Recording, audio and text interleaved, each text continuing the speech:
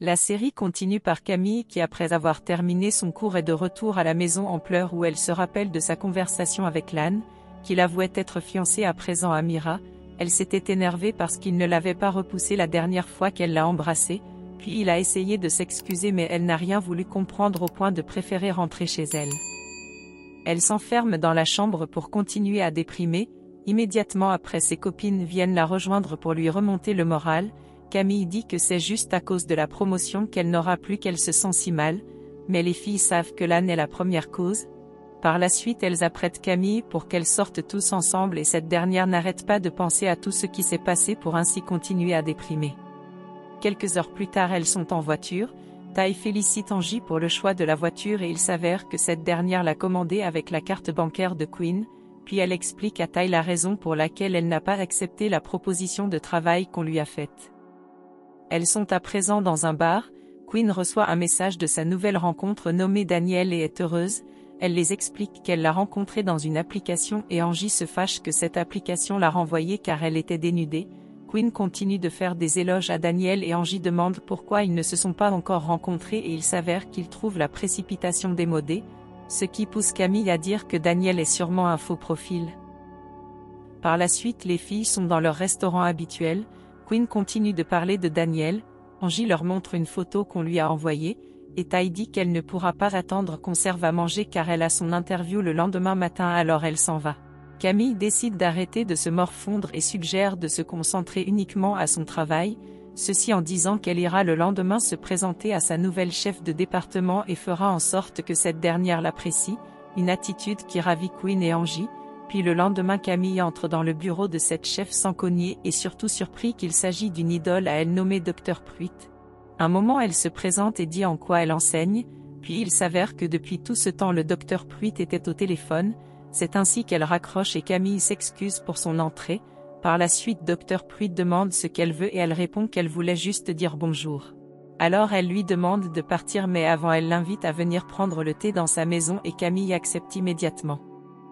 Une voiture vient chercher Angie en pleine route, puis en cours de route elle s'entend plutôt bien avec le chauffeur nommé Emmanuel. Ils constatent qu'ils ont les mêmes pensées car ils sont tous les deux des artistes qui refusent de travailler pour quelqu'un, puis à la fin de la conversation, Emmanuel propose de venir la chercher plus tard et Angie est d'accord. De l'autre côté Tai attend son interview et il s'avère que c'est la fille avec qui elle s'était amusée la dernière fois qui est la journaliste. Surprise, elles ne savent pas comment se saluer, mais Tai lui demande d'être professionnelle alors elle se met à lui poser des questions concernant l'application de rencontre qu'elle a créée. Tai répond avec assurance jusqu'à ce que la journaliste fait allusion au couple mixte. Tai affirme qu'elle ne voudrait pas avoir une relation durable avec une personne blanche et la journaliste dit que c'est hypocrite parce qu'elle a aussi affirmé qu'elle aime bien prendre du bon temps avec eux, ce qui déstabilise Tai qui ne sait plus quoi dire. Bien après Camille est dans la boutique de Queen pour chercher de quoi porter pour aller au thé. Elle dit être heureuse parce que la nouvelle chef de son département est noire et Queen trouve cela génial, puis elle est sûre d'avoir déjà la promotion qu'elle veut et Queen prétend que le retour de Lan lui apporte sûrement de la chance. Ensuite c'est au tour de Tai qui se cherche un vêtement pour le shooting du magazine. Les filles essaient de la convaincre du vêtement qu'elle a porté mais elle reste réticente, ceci en les avouant qu'elle est autant stressée parce que la journaliste est la fille qu'elle avait rencontrée en boîte de nuit. Elle leur raconte comment l'interview s'est mal terminée et Camille lui dit quoi faire. Un moment Queen reçoit l'appel vidéo de Daniel et est tout excitée. Ce dernier programme une rencontre pour le soir et Queen accepte sans réfléchir. Ensuite elle raccroche et se met à crier de joie que Daniel soit vraiment réel. Tai et Camille sont stupéfaites de sa réaction. Angie toujours sur la route avec Emmanuel, ce dernier étant un poète, il dit de belles paroles qui lui plaisent. Puis arrivée à destination elle descend avant de se rappeler qu'elle n'a pas pris son numéro mais malheureusement il est déjà parti. Par la suite les autres filles en route, Camille demande avec quoi elle pourrait aller à cette invitation de thé et Tai prétend qu'elle n'a pas besoin de faire des efforts puisqu'elle est aussi noire. À cet instant elles aperçoivent que leur restaurant habituel a fait une nouvelle affiche avec uniquement les blancs dessus, et Camille entre dans le site où elle constate qu'il y aura une manifestation. Elle demande aux autres si elles participeront mais elles disent être occupées, ceci en encourageant Camille de participer. Par contre Camille craint d'être aussi renvoyée comme Robin pour avoir dit en public ce qu'elle pense, alors les filles se mettent à citer tous ceux qui pourront être contre Camille et cette dernière prétend qu'elle ne veut pas être une héroïne. Plus tard à la maison, Quinn présente à Angie le vêtement qu'elle mettra pour sa sortie de ce soir, mais cette dernière est distraite puis elle l'explique qu'elle a enfin rencontré un homme qui la comprend et Quinn est ravie pour elle en comparant cet homme à Daniel. Angie prétend que Daniel n'est pas réel et que Quinn n'a jamais eu de rendez-vous simple comme tout le monde.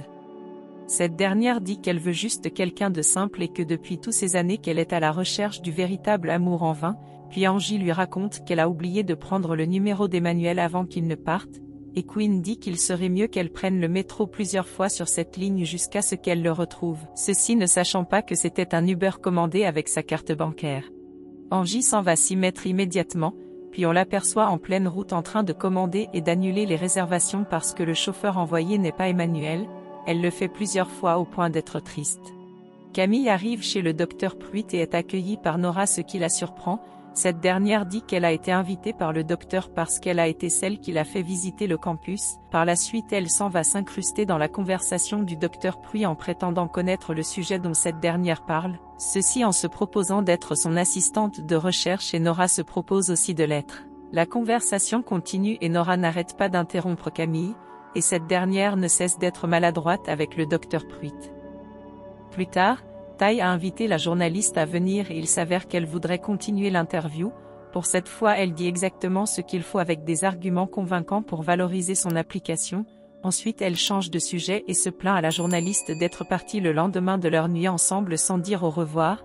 C'est ainsi que cette dernière l'invite à sortir et Tai accepte toute souriante. Le soir, Quinn arrive à son rendez-vous et est accueillie par une dame qui l'amène dans une salle où se trouvent plusieurs autres filles et Daniel qui lui demande de prendre place.